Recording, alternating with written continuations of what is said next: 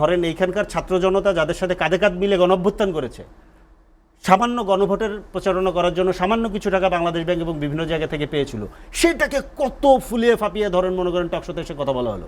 এগুলো নিয়ে কেউ কথা বলবে না, কারণ দিন শেষে ওই এস্টাবলিশমেন্ট আর এই এস্টাবলিশমেন্ট এক। দিন শেষে ওনারা ওইটা হতে চায়, ওনারা এটা পারেন না, কিংবা ওনারা চাইছিলেন যে আচ্ছা তোমরাও 5 বছর খাও, আমরাও 5 বছর খাই। বিভ্রান্তি, সরকারের জায়গায় থেকে যখন বিভ্রান্তি শব্দটা ব্যবহার করা হয়, এটা আসলে একটা ক্ষমতার শব্দ, ক্ষমতাসীনদের শব্দ। তো বিরোধী দলের কাজ হচ্ছে জনগণের সামনে সঠিকটা তুলে ধরা বা সরকারের ভুলগুলো তুলে ধরা। সরকার সেটাকে কাউন্টার করা হচ্ছে বিভ্রান্তি নামক শব্দ দিয়ে।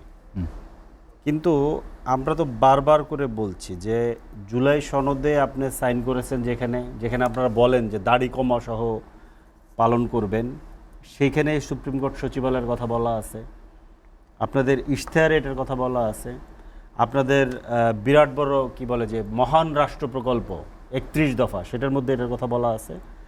এই অধ্যাদেশটা করা হয়েছিল, সুপ্রিম কোর্ট সচিবালয় এস্টাবলিশ করা হয়েছে, সেখানে কর্মকর্তা কর্মচারী নিয়োগ দেওয়া হয়েছিল, হাইকোর্টের একটা রায় আছে। এই সকল কিছুকে আপনারা বাতিল করে দিয়েছেন।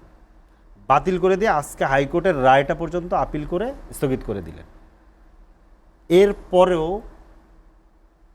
মানে আর কি বললে সেটা বিভ্রান্তি হবে না, মানে আপনারা আর কি করবেন আর আমরা আর কি বললে এটা বিভ্রান্তি হবে, এটা আমার জানা নাই, এটা আসলে জনগণ ঠিক করবে।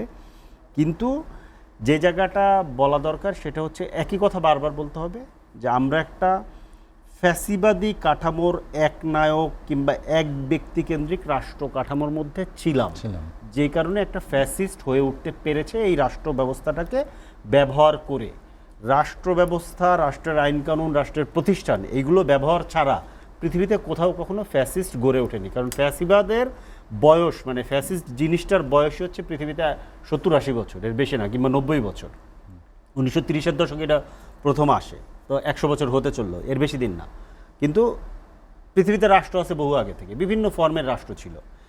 এই যে রাষ্ট্র ব্যবস্থার মধ্যে ফ্যাসিস্ট হয়ে উঠে, এইটার যে উপাদানগুলো, এটা আধুনিক কালের রাষ্ট্র ব্যবস্থার মধ্যে এটা এসছে।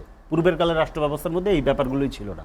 কারণ আধুনিক কালের রাষ্ট্রে অনেকগুলো আইডিয়া, অনেকগুলো স্ট্রাকচারাল চেঞ্জ আমরা নতুন করে পৃথিবীব্যাপী, মানে পৃথিবীর মানুষ এটা আবিষ্কার করে এইগুলো প্র্যাকটিস করা শুরু করেছে। তো ওইটার মধ্যে একটা বড় লুপহোল হচ্ছে যে একজন ব্যক্তির কাছে কিংবা একটা পদের কাছে যদি সকল রাষ্ট্রের ক্ষমতা থাকে, সংবিধান যদি তার ইচ্ছে মতো তিনি পরিবর্তন করতে পারেন, তাহলে তিনি ফ্যাসিস্ট হয়ে উঠতে পারেন। এটাই হচ্ছে যে কি বলে যে আলোচনাটা, ওই আলাপের ভিত্তিতেই কিন্তু পৃথিবীতে সেপারেশন অফ পাওয়ার, ক্ষমতার জবাবদিহিতা, স্বাধীন রাষ্ট্রীয় প্রতিষ্ঠান যেগুলোকে আমরা পাবলিক প্রতিষ্ঠান বলি, সেইগুলো হওয়া, এবং কোনো ব্যক্তি কিংবা গোষ্ঠী যাতে ফ্যাসিস্ট হয়ে উঠতে না পারে সেটার জন্য বিভিন্ন রকম চেকস অ্যান্ড ব্যালেন্স তৈরি করা, এইগুলো কিন্তু পৃথিবীর মানুষ গত কয়েকশো বছর ধরে এগুলো মানে প্র্যাকটিস করতেছে। যখন যেখানে এই অবস্থাটা হয়েছে সেখানে কিন্তু এগুলো ঠিকঠাক করা হয়েছে, মেরামতের নামে, সংস্কারের নামে কিংবা পরিবর্তনের নামে, যে নামে হোক এটা ঠিক করা হয়েছে। ঠিক করার পরে এই জায়গাটা এসেছে। সেই জায়গাগুলো কি, জায়গাগুলো অনেক আছে, কিন্তু আমরা মোটা দাগে যে জায়গাগুলো চিহ্নিত করি সেটা হচ্ছে রাষ্ট্রের প্রধান 3টা বিভাগ, সেটা আলাদা থাকবে, একজন আরেকজনের উপরে খবরদারি করতে পারবে না। নির্বাহী বিভাগ, বিচার বিভাগ, আইন বিভাগ, এবং যে রাষ্ট্রের যে প্রতিষ্ঠানগুলো, নির্বাচন কমিশন, দুদক, auditor general, public service commission, এই কমিশনগুলো আলাদা থাকবে। সেটা পাবলিকের হয়ে জনগণের প্রতিষ্ঠান হিসেবে নির্বাহী বিভাগের উপরে নজরদারি করবে কিংবা নির্বাহী বিভাগের বাইরে তাদের কার্যক্রমগুলো করবে, জুডিশিয়াল সার্ভিস কমিশন সহ এই ধরনের প্রতিষ্ঠানগুলো। এবং সরকারকে জবাবদিহি করার বিভিন্ন রকম প্রতিষ্ঠান থাকবে, এই হচ্ছে মোটা দাগে। এবং পাওয়ারগুলো একটা চেকস অ্যান্ড ব্যালেন্সের মধ্যে থাকবে। সেই জায়গাগুলো নিয়ে কিন্তু দীর্ঘ সময় ধরে আলাপ চলতেছে। এই যে সুপ্রিম কোর্ট সচিবালয়, এটা তো আজকের আলোচনা না, এটা তো বহু আগের আলোচনা। এটা নিয়ে একটা মামলা হয়েছে কোর্টে, রাষ্ট্রের বিপক্ষে একজন আইনজীবী মাজদার হোসেন উনি মামলা করেছিলেন, সেই মামলা উনি জিতেছেন, 99 সালে রায় হয়েছে। এরপরে 26-27 বছর পার হয়ে গেছে, বাংলাদেশ কিন্তু ওইটা এখনও করতে পারেনি। একটা চেষ্টা করা হয়েছিল গণ অভ্যুত্থানের মধ্য দিয়ে, যে সরকার গঠিত হয়েছিল সেই সরকার এটা প্রতিষ্ঠা করেছিল।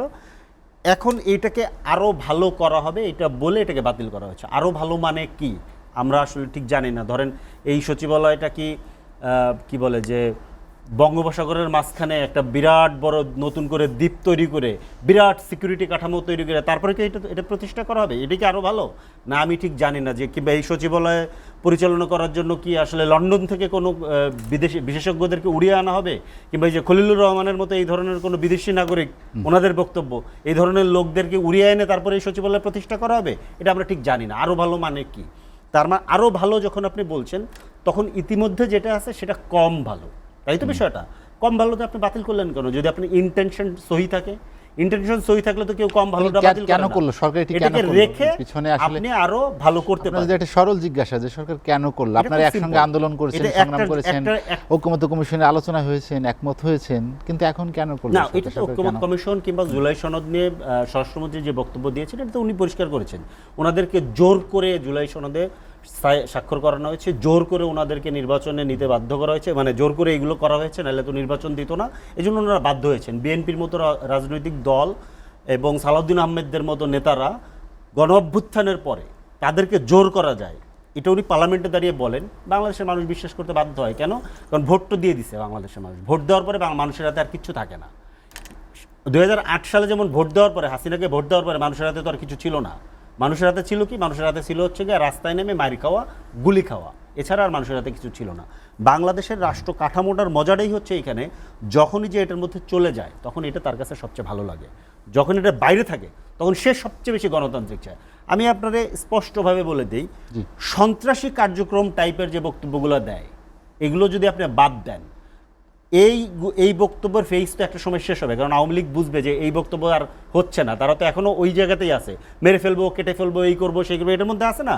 এটা বাদ দেওয়ার পরে কিংবা এই ফেজটা পার হওয়ার পরে আওয়ামী লীগের লোকেরা দেখবেন এর থেকে গণতান্ত্রিক দাবি নিয়ে আসবে, এর থেকে গণতান্ত্রিক দাবি নিয়ে, মানে বিরোধী দলে যে থাকে কিংবা সরকারে যে থাকে না তার কাছে গণতন্ত্র লাগে। এইটা হচ্ছে বাংলাদেশের এই পুরনো যে রাজনৈতিক কাঠামোটা, পুরনো রাজনৈতিক বন্দোবস্তের যারা হচ্ছে ডিপ স্টেট স্টাবলিশমেন্ট, তাদের এটা দরকার হয়। হ্যাঁ, কারণ এইটা টিকে থাকলে যেটা হয়, এটার মধ্য দিয়ে যে পলিটিক্যাল ইকোনমি তৈরি হয়, সেই পলিটিক্যাল ইকোনমি দিয়ে যে আজকে খবর বের হলো না যে হাসিনার প্রতিষ্ঠান সূচনা ফাউন্ডেশন, একজন বড় বড় কথা বলতেন না, বিশ্ববিদ্যালয়ে নাকি শিক্ষকতা করতেন, তথ্যমন্ত্রী ছিল, কি আরাফাত না কি নাম, হ্যাঁ, বিরাট বড় বাটপার একটা, ওর প্রতিষ্ঠানও সিএসআর পেয়েছে। অথচ যাদের সাথে ধরেন এইখানকার ছাত্র জনতা যাদের সাথে কাঁধে কাঁধ মিলে গণঅভ্যুত্থান করেছে, সামান্য গণভোটের প্রচারণা করার জন্য সামান্য কিছু টাকা বাংলাদেশ ব্যাংক এবং বিভিন্ন জায়গা থেকে পেয়েছিল, সেটাকে কত ফুলিয়ে ফাঁপিয়ে ধরেন মনে করেন টকশোতে এসে কথা বলা হলো। এগুলো নিয়ে কেউ কথা বলবে না, কারণ দিন শেষে ওই এস্টাবলিশমেন্ট আর এই এস্টাবলিশমেন্ট এক। দিন শেষে ওনারা ওইটা হতে চায়, ওনারা এটা পারেন না। কিংবা ওনারা চাইছিলেন যে আচ্ছা তোমরাও 5 বছর খাও, আমরাও 5 বছর খাই, ওই খাওয়াটা দেয় নাই দেখে ধরেন মনে করেন যে এই পরিস্থিতিটা তৈরি। যদি দিত হাসিনা তাহলে কোনো সমস্যা ছিল না। কিন্তু এই যে ব্যবস্থাটার মধ্যে এটা ইনবিল্ট একটা ফ্যাসিবাদী ব্যবস্থা, এই ইনবিল্ট একটা হাই সুপ্রিম কোর্টের সচিবালয়, এটা কেন আপনার নির্বাহী বিভাগের অধীনে থাকা লাগবে? এটা কেন আইন মন্ত্রণালয়ের অধীনে থাকা লাগবে? এটা 50 বছর পরে এসে আজকে আমাদের এই আলোচনা কেন করা লাগবে? আজকে 2026 সাল, পৃথিবী কোথায় আছে আর আপনি কোথায় নিয়ে আপনি আলাপ করতেছেন? আপনি খেয়াল করেন, যেটা আরও 50 বছর আগে এই আলাপ শেষ হয়ে যাওয়ার কথা, সেই আলাপ আজকে আমাদেরকে সেখানে করতে হচ্ছে।